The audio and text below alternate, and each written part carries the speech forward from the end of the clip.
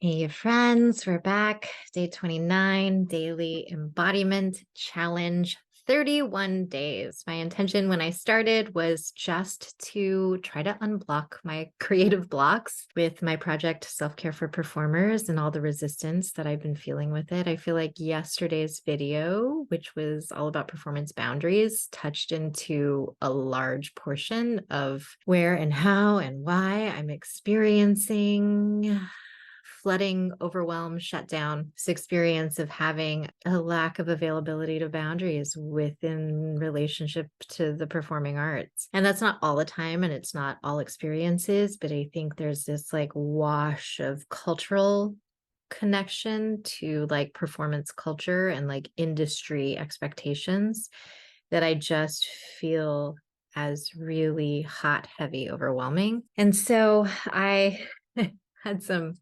like PTSD symptoms come up during the session yesterday. And then also throughout the course of last night after and throughout today, I've had to be really tender, really slow with myself. I wasn't able to post the video at the intended 9 a.m. this morning. And I'm hoping that I'm going to be able to catch back up by tomorrow. I'm filming this now. It's almost 8 p.m. But yeah, I had to go to sleep last night because in the editing process, like rewatching sort of what the video was, it was too much for my nervous system. And I was like, I need to sleep this off. I need to go take a little distance, re-regulate myself, come back into connection a little later.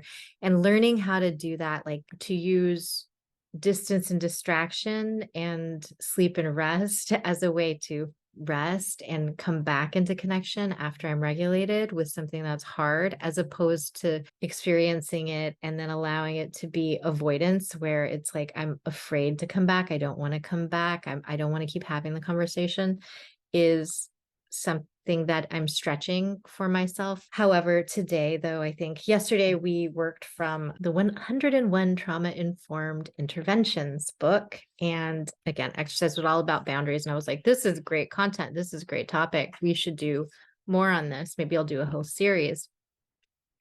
But I think what I'm finding is, well, I do intend and want to keep building into more capacity to return to conversations around boundaries or lack thereof in performance culture, in my personal desire to facilitate more conversations around how we can cultivate more agency and flexible yet clear and discerning boundaries in relationship to, well, every aspect of our life, and also very specifically and strategically in relationship to how we might be recovering from performance abuse or from internalized standards of operating that have been really from a place of cruelty and hierarchy, as opposed to a needs-based relational space, which in my experience is most performance spaces, not all, but most, even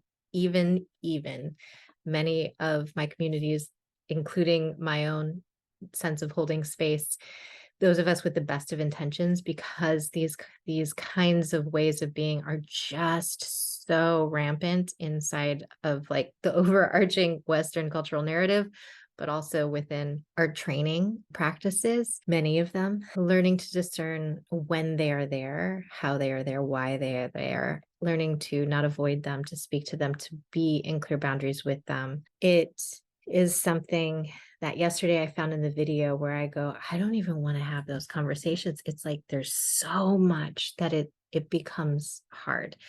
And so today, I think this is sort of where some of my sadness comes from, is that I'm like, oh, I don't have the capacity. I don't have the ability to show up with the kind of resilience I would need without bypassing, without compartmentalizing, without brushing under the rug, without pretending something's not there that's there clear as day to me, even if or as others don't see it as well. And maybe they do and maybe they don't, but that's hard. And so if you have an experience that's similar to that, I just want to be with you and be like, it's hard. What we're doing is hard. It's not an easy thing to sort of wake up to the patterns of our lives, be able to start to see the ways in which we have maybe been choosing things out of familiarity because we become comfortable with familiar things, even as that familiarity might be causing harm internally or even externally in our lives and to our sense of well-being in the world. So today I'm doing a different book into the like surrender into sadness a little bit. And while there is a piece and a part of me that does understand that there will be a time when I come back into connection with the clarity around what agency and choice and actions I can make and what I do have control over. What I also want to say is for today, what I have control over is my relationship to coming into connection with the beauty and the depth and the healing power of grief and sadness and the slower kind of content that we can be within ourselves and with one another. There's a lot of medicine there. And there's this book called Bittersweet, and it is by Susan Cain. And it was recommended in a book club that I'm sort of a part of. There's a woman who's an astrologer online who I absolutely just adore her energy and the way she navigates online space, which can be a thing. Any of those of us who end up bridging into more public facing conversations or advertisement or connection pieces, we're going to likely experience some form of cyberbullying. While she doesn't necessarily speak to the nuances of what goes on there, I watch her sometimes bring up something that I can see in her body, like I can track it in her soma, that there has likely been some form of cyberbullying that's happened. And she then chooses to realign to the majority of her audience, to the majority of those who are a part of her kind of like online astrology community. And I've been utilizing a lot of the things I like about how she shows up as inspiration to how maybe I might be able to show up in a way that feels attuned to my needs, as well as maybe garner a sense of community connection with those of you who might resonate with some of how I like to share. And she's been one of the online creators that I've gone, oh, I see why people watch stuff online. Oh, I see why people would connect to online content. And I have several now because I've been curious about how does one bridge that space. I've been pandemic unemployed, as I've mentioned in past conversations at some point. And prior to that, I was teaching self-care practices cross-departmentally at a college for performing artists. And I, prior to that, was a massage therapist and also teaching for over a decade, 16 years, over a decade and a half, I suppose, with the teaching, and then about a decade for the body work professionally, even as I've had experiences since being a child where I was exposed to healing modalities very early on and would do a lot of hands-on practice for those who are ailing in my family. And I just want to kind of like be with the sadness of just so much. The sadness we hold in our bodies, the sadness I hold in my body, but also the sadness you might hold in yours, and the sadness that bittersweet concept talked about in this book. And I'm going to do what I do, which I've been liking, which is I'm going to connect to the soul of the book, to the essence of the book. And then I'm just going to ask that it shares with us whatever the book feels like might be the most matching energy that it has to be with the underlying needs of this particular moment in time.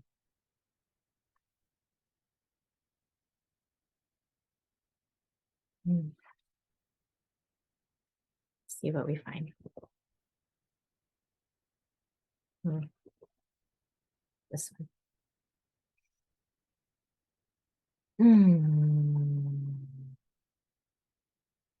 We're in a chapter called Winners and Losers. So I wanted to scan back. We're near the end of the chapter, and I'm going to read from the page we pulled to, but I want to read a little bit of the entrance into the chapter. It's chapter 6, and it says, how can we transcend enforced positivity in the workplace and beyond? Doesn't that sound For me, that sounds really applicable to this conversation we've been having for self-care for performers. And there's a quote from Ronnie Shakes. I was going to buy a copy of The Power of Positive Thinking. And then I thought, what the hell good would that do? Okay, I'm going to skip now to the page I pulled to. And there's a little like ellipses. Is that what that's called? And a new section in one of those pages. So I'm just going to start there. It's near the end of the chapter. It's going to be completely out of context. We'll just see what's present inside of it as some sort of like small little snippet in time from a moment in a book. It says, put on my glasses and have a sip of tea and get cozy. Okay, you ready? Story time. Toward the end of my time in Lisbon, Susan and I head together to another house of beautiful business activity, a tour of the city, focused on the life of its most famous and infinitely bittersweet poet, Fernando Pessoa. Poets are a very big deal here.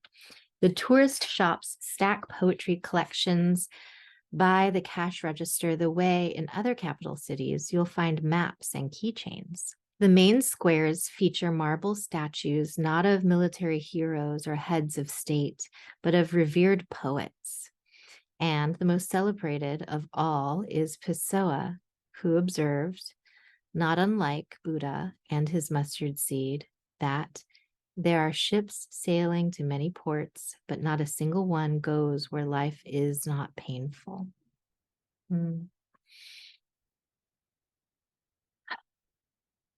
I'm in the middle of writing this book, so it feels crucial that I take this tour. It's one of the reasons I came to the conference. Susan isn't especially interested in Pessoa, but she's agreed to come along. We're to meet the group at a far-flung Lisbon address, but our GPS doesn't work properly, and we're chatting so intently that we're distracted. By the time we arrive, we're half an hour late, and the tour has left without us. In the meantime, it started to rain hard, and neither of us has an umbrella, but it's warm outside, and the organizers hand us a map showing the route. You'll catch up in no time, they say. Just look for the group of orange umbrellas. You can duck under one of those. Susan and I traipse through the storm, down this alleyway and across that boulevard, but the promised coterie of umbrellas doesn't materialize.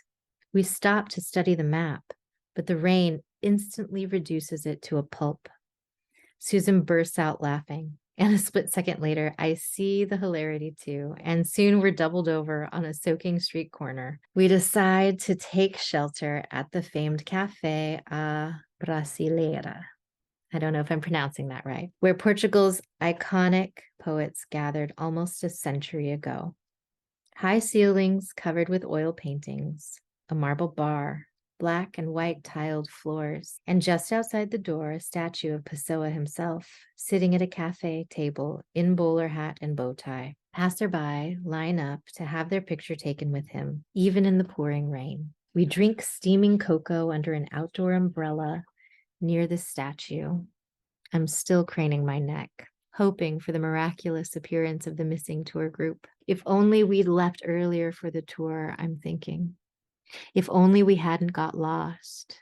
And even, I confess, if only I'd gone on my own without the insanely agreeable company of Susan David to distract me. Then I would have gotten to take the tour. I'm thinking, I flew all the way to Lisbon and I'm missing one of the experiences I came for. And it takes me almost to the end of the afternoon. Once it's almost over, in fact, to realize that I may have missed Pessoa, but during this afternoon of deep conversation, Susan and I have crossed the threshold into friends for life. Susan is the type of friend who has the perfect airplane carry-on that doubles as an elegant purse and tells you where to find one like it. She's the type with whom you could share the most embarrassing social guffaws of moral transgressions, and she'd just give you a wry and sympathetic smile and raise her wine glass. She's the type who traipses good-naturedly through a rain-soaked city with you to track down a tour guide who can possibly, maybe, who knows, shed a few grains of insight into the life of a forlorn poet who lived a century ago. I may have lost the tour, but I found something, someone much grander. That's really beautiful. In this moment, I'm like thinking of you as like the something, someone much grander than the performance career I would have had. I, I, I think that could be a really beautiful way to shift my experience of my relationship to boundaries with the performing arts. Perhaps I never catch up with the sea of orange umbrellas. Taking the tour of whatever that is, whatever the metaphor of that is for me in my life. And perhaps you will, or perhaps you're in the sea of orange umbrellas, and perhaps you too will never catch up to the sea of orange umbrellas. And that can be okay too. And sometimes just being in our heart and appreciating the moment, appreciating who we're with, whether we're alone, and appreciating our own company or the company of the nature or the environment around us, or a dear-hearted person that's willing to be in the mess of the rain and the pain and the frustration and the getting lost or left behind. That too can also be a gift. This is embodiment, so let me embody something. That feels like the end, though. I just want to say thank you, good night. But it is the 31-day embodiment challenge, and we've made it all the way through 28 days doing embodiments. So let's do a 29th. And then we'll have 30 and 31. So just 2 more videos after this. My intention was to do a closing ceremony on the 31st. We're going to play that by ear. My energy has been tender. Okay, so I am now going to do something from that last sentence. Felt like it was a nice phrase. So it was, I may have lost the tour, but I found something, someone much greater. So I want to step into the embodiment of the metaphor of that as it relates to what's needed in this moment as this embodiment. For you, for me, for us.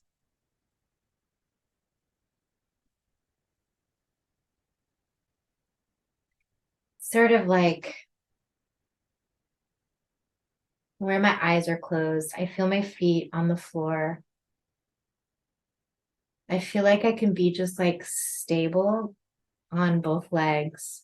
I don't feel like I need to like run and jump and dance and articulate and do like, I don't feel there's no like 5, 6, 7, 8. There's no rush. There's no hurry up and shoot this so we can get back to lighting. There's no overwhelm. It's just we can't get there. The metaphoric map has melted in the rain. So who do we have with us?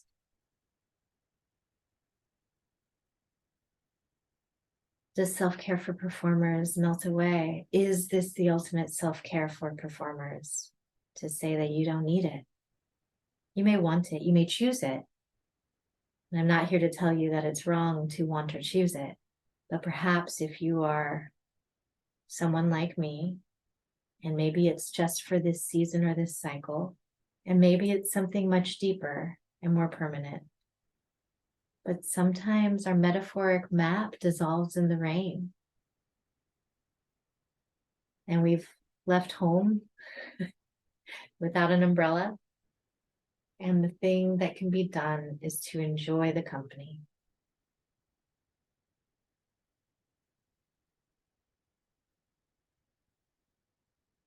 I feel like I should do something, like I should move energy or something. I want to sit. And I think I just want to like hold the energy out. I just want to say like, you don't have to do anything. You can just enjoy your friends. It's okay if you never perform again. It's okay if you never want to. It doesn't make you any less of a person, an artist, a creative spirit.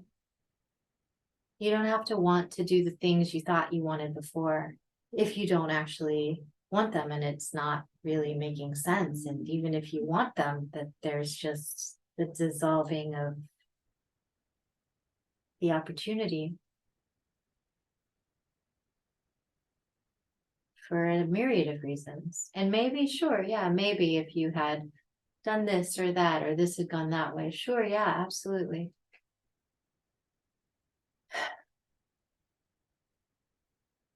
And can you be with the space of allowing and owning the experience of what didn't happen, letting that be okay,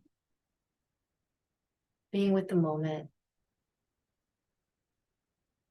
from a place of love, acceptance, not needing to try so hard. And then, you know, maybe just for today, just for this moment, that is enough.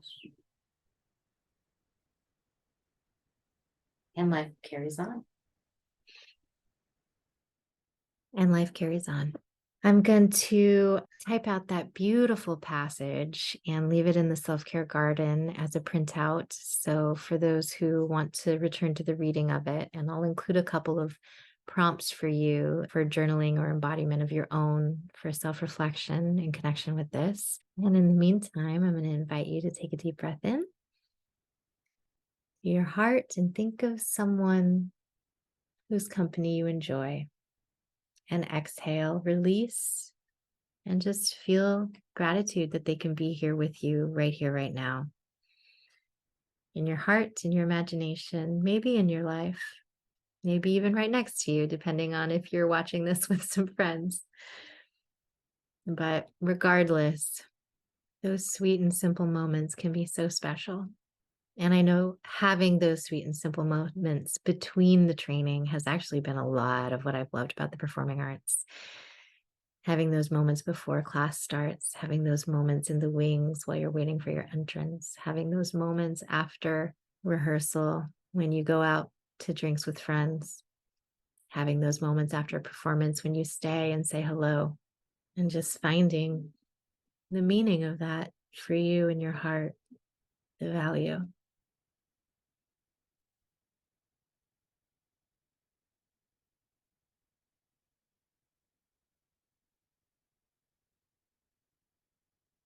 I'll see you tomorrow.